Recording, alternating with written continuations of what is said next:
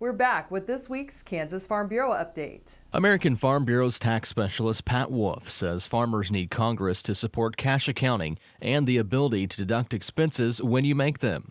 While tax reform is not likely during the election year, she says tax reform will top the list for Congress next year. Work is going on behind the scenes to write a tax bill that will be front and center when we have a new president in January. She says the current burden of a down farm economy and lower commodity prices further drive the need for tax reforms. Despite the uncertainties and lower prices, farmers must still spend the money needed to produce a crop. One thing that continues are expenses, and what the tax code needs to do is to allow farmers to match up their income and expenses on their tax returns.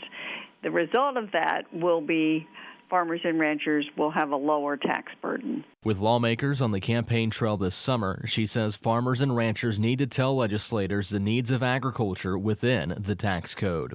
What's the worst thing that can happen is that our elected officials don't hear from farmers about the taxes they pay. What will happen then is that somebody else will be deciding whether tax rates go up and down, whether farmers will be able to take deductions, what happens with the state taxes. So farmers need to speak up when they see their elected officials and tell them that what's in the tax code matters. Micheal Clements, Washington. Stay with us for Plain Talk coming up next here on Farm Factor.